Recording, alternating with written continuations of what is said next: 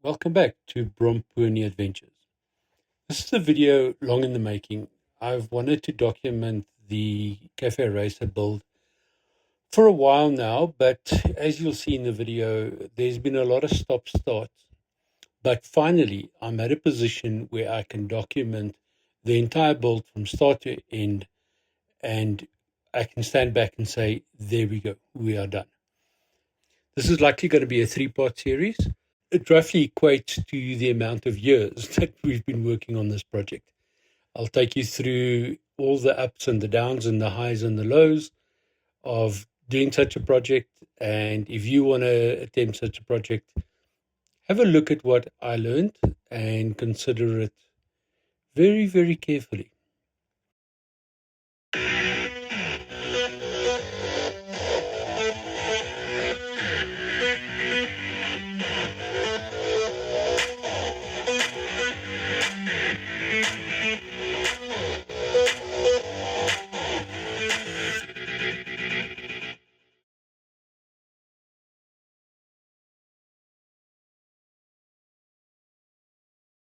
What you're looking at now is the Honda 1981. It's a CB. Originally, it was a CB750, but it had a CB900 engine. Frame is exactly the same. The shocks and everything is exactly the same.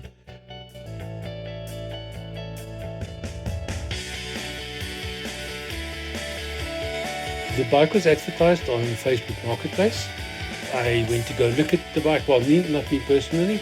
I partnered with a company in Alberton called Motorcycles, and they were just venturing off into the new space of building custom bikes. So I asked them to go have a look at the bike. The seller was in Alberton as well with the bike, and they said, yes, it's a good buy, we should definitely get it. The seller promised us that the engine was running when the bike stopped there.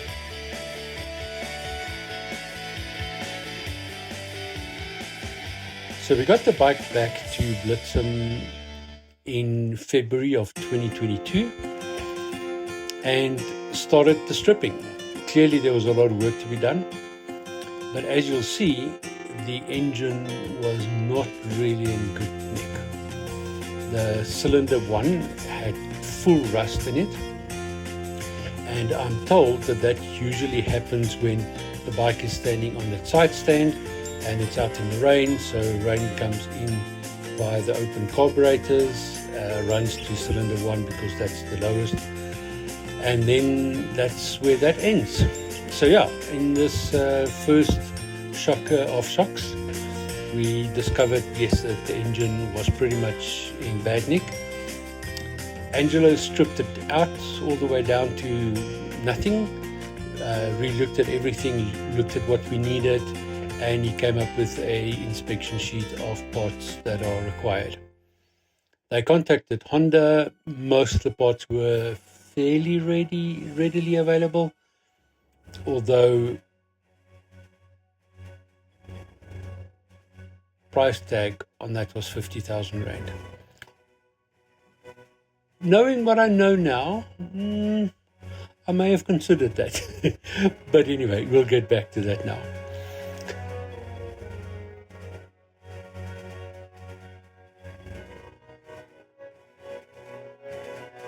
I went off to Bike Hospital and I bought a second-hand engine for 5,000 Rand. Sean promised me that, yes, this engine is running. The bike was part of a stolen consignment that they got in, but it had been cleared and he gave me all paperwork for it. But don't worry, the engine's in good nick. Well, when we opened that engine, we discovered there were broken valves and all kinds of funny things going on. As you can see, the stripping of the bike had already started, the fabrication. And so what Angelo said he wanted to do is he wanted to take both the engines, since they're both CB900s, and take the best parts from either one and rebuild it into one working motor, which is what he did. He went ahead. Angelo did all the custom work, the cutting of the frame, the making of the hoop, the welding. I had a vision, something that I saw Hookie and Company did on the internet. You can Google them. They do cafe races, specifically for the Honda CB900 range.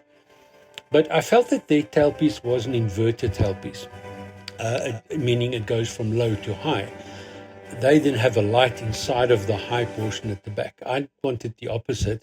I wanted it to go from high to low so that it follows the line of the tank. And that was the vision that I had, and Angelo executed that fantastically. There was some really good handiwork done. The framework was amazing, really, really good work in the fabrication of it.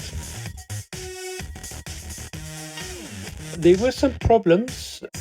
The company, Blitzer Motorcycles, they had some cash flow issues.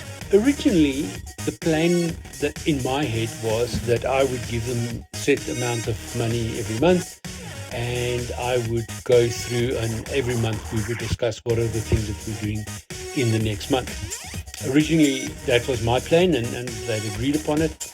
And right about March, April, they said to me, no, listen, that's not going to work for us. Give us all the money up front, and then what we'll do is we'll do it, and when the bike's ready, we'll let you know. They sort of also said, yeah, the bike will be ready by Easter. So give us the money now, you'll have your bike by Easter. Well, Easter came and gone, and the bike wasn't ready, and then one thing after the other. Some months they would say to me, I don't need to come through because nothing significant has happened. There's just, more delays. Well, eventually, I was told around about June, July that the engine had gone in for engineering. If you recall, June, July in 22, we had a lot of load shedding. So they kept on blaming load shedding, the engineering can't finish this and they can't do that. And long story short, eventually, around about August, September, I was told, all right, the engine is back. It came back from engineering. It's looking good. The engine is rebuilt. Everything's fantastic, and they'll be installing the engine. You'll see some mock-ups where Angelo painted everything green just with a rattle can, just to see the lines and how the lines would work aesthetically and so forth. So around about September, October, the wheels came back, the shocks came back, at least there was some movement, and we could see the fiberglass for the seat and a whole paduba about, the tailors making the fantastic leather seat, and a lot of talk, a lot of hot air, shall we say that. Anyway, round about October, November-ish, I got very antsy because by now it had been a year almost, close to. I eventually started getting aggravated. Nevertheless, November, all the black and white photos you see are from November. They sent me these and they said to me, look at this is how it's going. Now it's going to go quick. Now we're just putting everything back. It's going to be great, blah, blah, blah, blah. I had a number of run-ins with them between November and early December, and round about 16th of December, 15th, 16th of December, eventually they brought the bike through and delivered it to my gate. There was a number of things wrong when I took delivery of the bike. I was very happy to have the bike in my yard, and finally it was, in my clutches. A number of things wrong that actually made the bike unusable. And I will explain those in the next video. And in the next video, we're going to talk a lot about what was wrong, what needed to be fixed, what needed to be replaced, what was missing, what was pure neglect.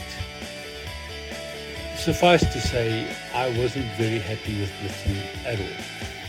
There'd been a fallout between Angelo and the ownership of Blitzen, and he eventually left South Africa to go work in Italy. Most of these things were not Angelo's fault. I think Blitzen was run very unprofessionally. A lot of restraints were placed on Angelo. A lot of restraints in terms of resources. to get the bike to where it should be. I think Angelo knew what to do, but wasn't given the freedom to execute. I think they'd also run out of finances, even though I paid them up front. They never came back to me and said to me, we need more money, we've run out of this, or whatever the case is, which would have changed the conversation quite a bit. It never happened. And instead of doing that, they ended up skimping on everything that they did.